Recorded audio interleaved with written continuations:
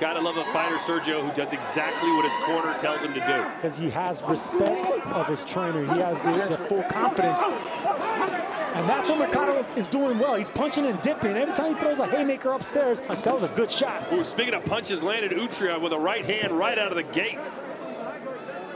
Well, this is a fun fight. Good body shot there from Utria. Yeah, that's Carlos Utria, but I could see what you're talking about there. Other than this being his first fight in the U.S. in the first 10 rounds. Right and a left from Marcato. And now Marcato, who's certainly trailing in this round, needs to do something big because every round matters. This is a very close contest. Yeah, I've got it dead even, 57-57. These guys have been trading rounds over the last four. I'm with Sergio on who would you rather be. I think the power of Utria is a big difference maker at that point. I like the rhythm he settled in. It's a beautiful 1-2 by Utria. Everything comes off that jab nicely. But then he picks up his head. That's what he gives Marcato a chance to come back and land shots like that. And even when they're blocked, he's the one coming forward, is Marcato. But then he goes on the back foot and let's go.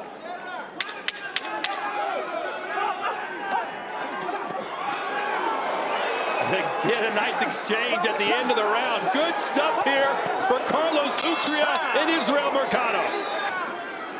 See, Utria's not doubling up that left hand downstairs anymore, and Marcato doesn't have respect for it, just catching it. This is the first time Utria's ever been in a round 9. Marcato felt the late rounds wouldn't belong to him. Let's see if he can cash in these final 2. Marcato needs to sell out. This is a close fight. This is a close fight, and this is what the knock on Israel Marcato is. He's been in close fights. See, I love the way that he's listening to instructions, cutting off the ring. That's pressure, but you need a punch with it. Yeah. Double jab your way in, even if it's at the chest. Utria with his mouth open now. He's taking some big breaths, and there's a right hand from Marcato. And take chances. Marcato is taking chances by punching with Utria, but he needs to catch and counter. Look at him go! He's laying it all on the line, but that gives Utria some openings to land that right hand. Good uppercut from Marcato. What a competitive fight. They laid it all on the line. Everything they've got. Here they come to the final bell in the final round. What a fight. What a performance by both men. In another close fight, can Marcato finally have it his way? It's going to be close. 97-93 in favor of the winner, and still undefeated, Carlos Utria. Out of the Dominican Republic, Russell, slightly taller and slightly longer. You look at the amount of experience, Russell's had a lot more. Okay, I gave you instructions in the dressing room. Punches for you that land here are good. Punches for you that land here are good. Touch them up, scoot back. But 3 of those were against orthodox fighters, so hopefully this southpaw won't give him as many headaches. Here we go. Maybe clearer to me than it was to Gary. I thought it was. I was talking more about the Gary Antonio Russell holding, because I do think it's strategic. I think he's trying to smother this assault. Oh, there's a good shot. Counter shot from Gary Russell. He's almost exclusively staying downstairs until that left hand. Santillan, a very distinguished amateur career, 200 wins, 25 losses, multiple-time Dominican champion, won a bronze medal at the 2015 Pan Am Games. Nice jab there. He hasn't got rocked or hurt a little bit more. He buckled once, but he's been taking those shots. Those punches, they'll betray you. You know, you can't keep taking shots and chopping shots to the side of the head like that.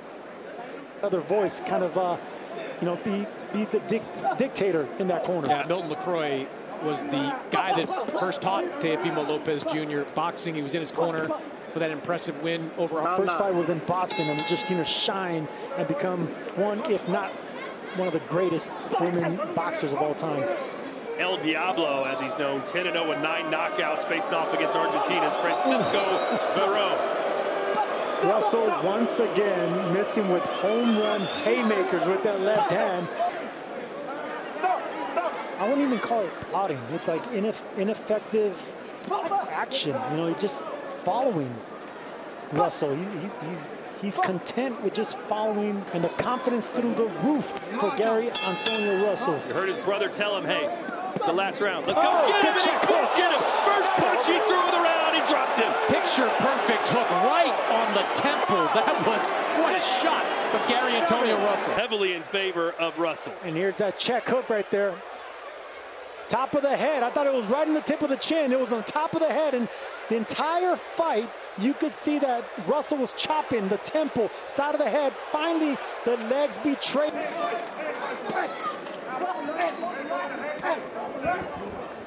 And that will do it. A little bit of excitement in the 12th and final round, but it was all one-way traffic as Gary Antonio Russell dominates Victor Santillan.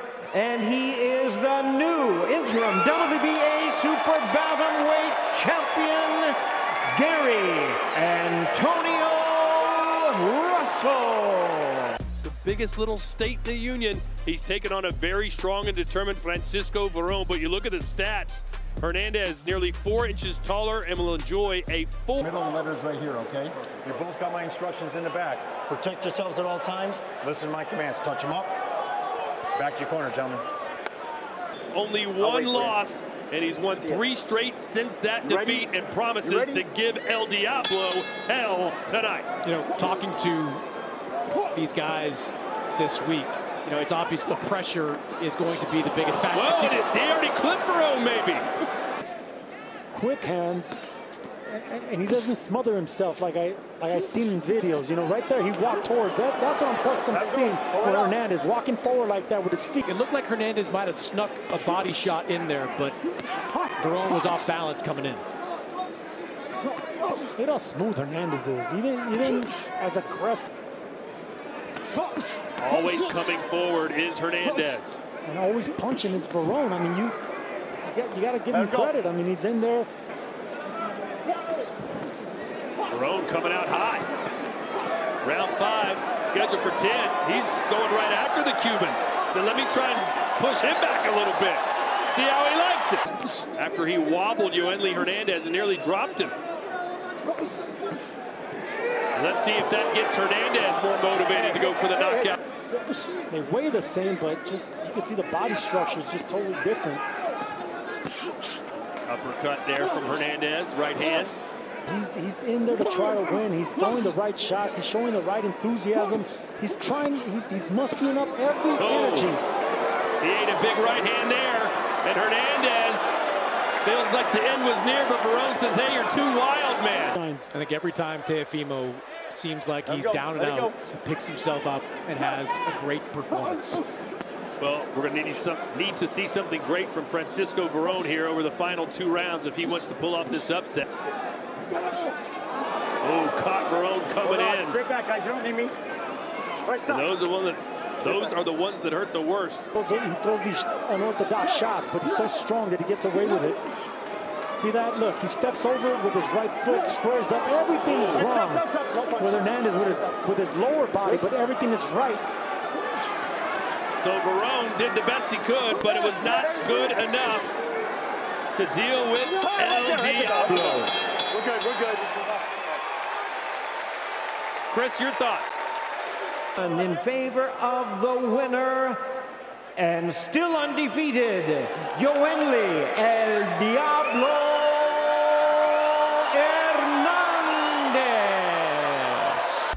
Rolly Romero, 30 years old, 5'8" with a 68-inch reach. Lopez, slightly taller, slightly longer, but both these men should be in their...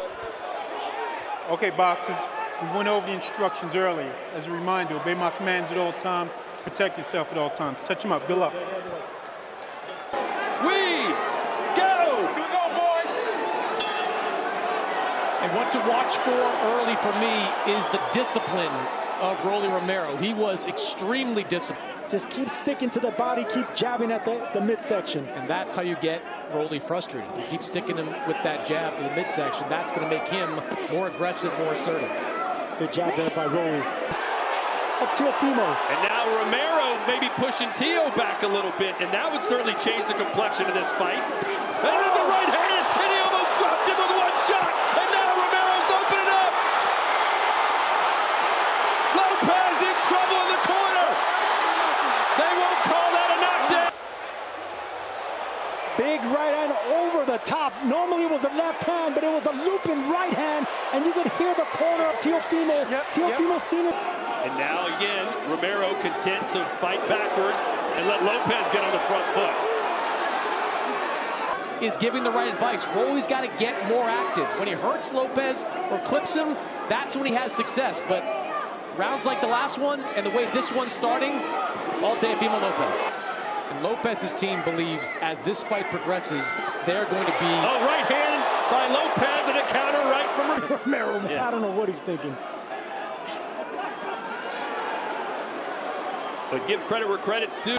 Very pro Romero, but he just hasn't given him much to cheer about since the 5th round. Keep him up, keep him up. And Romero in full retreat mode here. I'll tell you what, ever since that big shot that Rolly landed, they were right in the corner of Lopez. They needed that wake-up call. They clipped Teofimo with a couple of rounds ago, but each round is just starting to look the same. Round after round, Teofimo chasing Rolly around the ring, landing a couple of combinations, using that jab. It is not enough against a fighter like Teofimo Lopez. Too athletic, too gifted, too sharp, too smart. No, and a right hand lands for Lopez. 10 seconds to go. Is Teofimo Lopez about to become a world champion in a 3rd division? It seems so here in Las Vegas. And the new WBA welterweight champion of the world, the takeover, Teofimo